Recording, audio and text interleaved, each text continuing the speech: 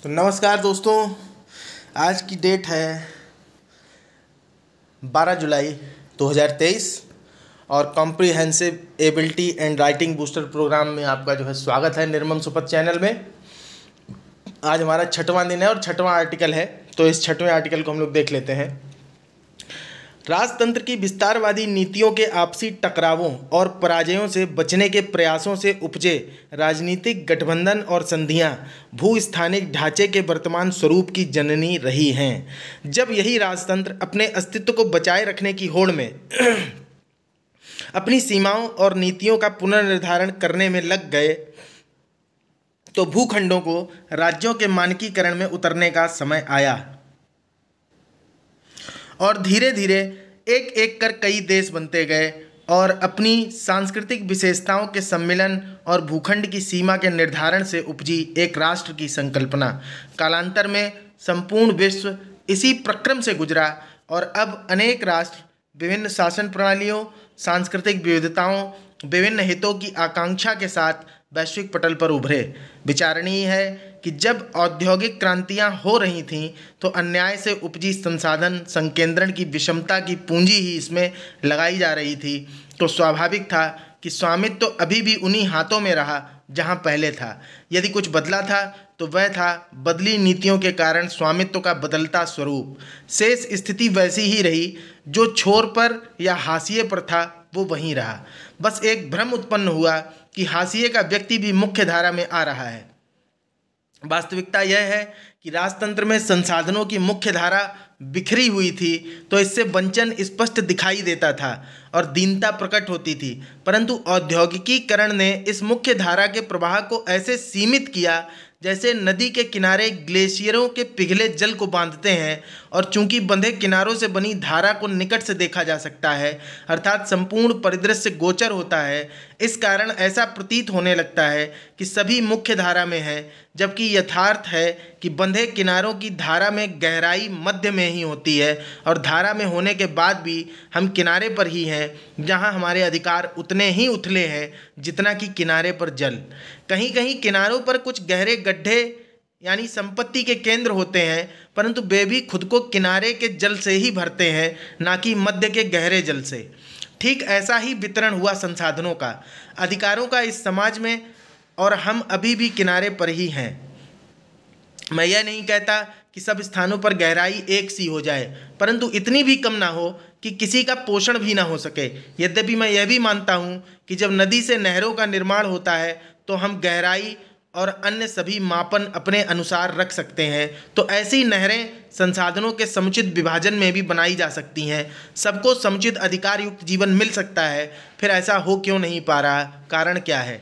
वैसे तो संसार में प्रत्येक कण कण अपने लक्षणों, गुणों और ऊर्जा के साथ अपने स्वाभाविक क्रियाकलाप में रत है, चाहे वह कोई जीव जंतु हो, चर या अचर हो या अन्य कुछ और। इसी आधार पर हम मनुष्यों की भी एक श्रेणी है, और इस श्रेणी विशेष में जितनी संख्या उतने स्वरूप।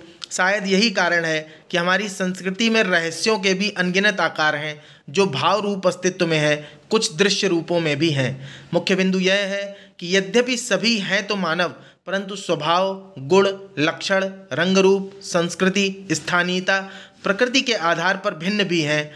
इसके बावजूद मानवता का एक लक्षण सभी में व्याप्त है, कहीं सीमित, कहीं व्यापक। सभी अपने अपने समूह परिवार में हैं। किसी का छोटा सा परिवार है, किसी का बड़ा, किसी के लिए विश्व ही परिवार है और किसी के लिए सृष्टि ही परिवार है। एक और बात सब में उभयनिष्ठ है, अपने परिवार के सुख की व्यवस्था और दुख की चिंता करने की।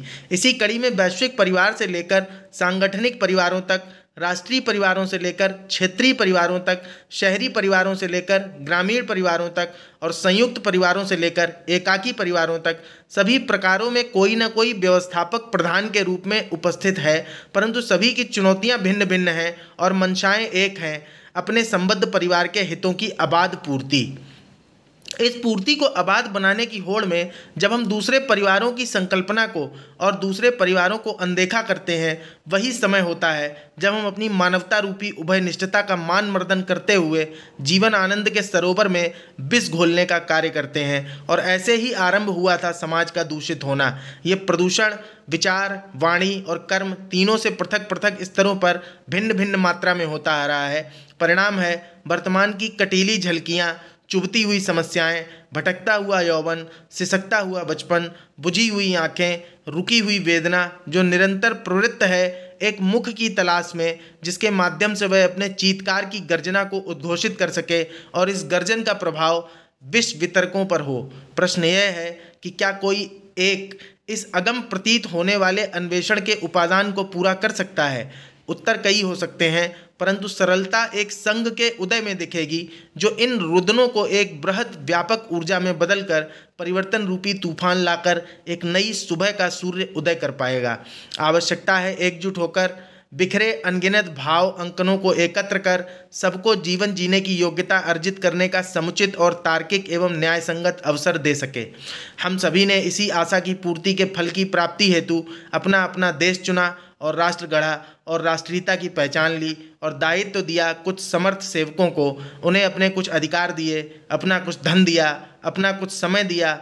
अपने इस तन मन और धन के समर्पण के पश्चात प्रतीक्षा करने लगे कि हम सुंदर समाज की रचना कर सुघड़ जीवन जिएंगे, भावी पीढ़ियों को सुनहरा चिंता मुक्त भविष्य देंगे। और सेवकों का स्थान लेते गए वे छद्म सेवक जिन्होंने हमारी यहाँ तक की यात्रा को समझा ही नहीं और अपनी निजी थाती समझकर करने लगे एकत्रण सामाजिक संपत्ति का, भरने लगे अपने घर संसार को, परिवार को, और हमें पुनः हमारी यात्रा के प्रारंभ बिंदु की ओर भेज दिया।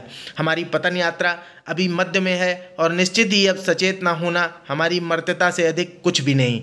बताना होगा हमें कि हम जीवित तो हैं ही, सचेत भी हैं। समय है अपने राष्ट्रीय संकल्पन को उसके मूल उद्देश्यों के साथ पुनर्स्थापित करने के लिए उसके बिगड़े अंकन को सही चित्रकार के हाथों में सौंपने का। उस चित्रकार को चुने जो तुम्हें निर्देशक समझे और निर्देशन माने, ना कि अपनी मनगढ़ंत स्वार्थपरक सर्जना को हमारे प्रतिनिधित्व का झूठा आवरण पहनाकर हमें ही दिग्भ्रमित कर ठगने का प्रयास करे। तो आओ और रचो खुद अपना राष्ट्र, अपना इतिहास, अपना गौरव अपने साहस से। यही सच्चा राष्ट्रवाद होगा, ना कि सीमाओं के फैलाए जाने का उन्माद या छोटे होकर सिकुड़ने का भय, क्योंकि सीमाएं हम ही में से कुछ समर्थ सक्षम हाथों में है। हम इस भय से उपजे भ्रम को राष्ट्र की आंतरिक संरचना नहीं बिगाड़ने दे सकते। आवश्यकता है बहुमुखी चेतना की, जिसमें कोई एक विषय हमें इतना अंधा ना बना सके कि हम अपने अब तक के चुकाए मूल्य को भूल जाएं। और इसी के साथ आज का जो हमारा आर्टिकल था वो यहीं पे समाप्त होता है। तो इसे आप जो है 2-3 बार सुनेंगे तो धीरे धीरे करके आपको समझ में आएगा। ध्यान से सुनिए, और वीडियो अगर आपको अच्छा लगता है तो आप अपने दोस्तों को भी रिकमेंड कर सकते हैं, और अगर आपको जो है पसंद आ रहा हो तो आप चैनल को सब्सक्राइब भी कर सकते हैं। चलिए ठीक, नमस्कार, धन्यवाद। देखिए, आपका सहयोग मिलता रहेगा तो हमें भी प्रोत्साहन बना रहेगा लगातार काम करने का। तो आपका प्रोत्साहन हमारी प्रेरणा है। चलिए ठीक है, नमस्कार, धन्यवाद। निरंतरता अपनी पढ़ाई के लिए बनाए रखिए, और निरंतर अगर आप लगे रहेंगे तो निश्चित रूप से जो है आपको सफलता एक ना एक दिन प्राप्त होगी।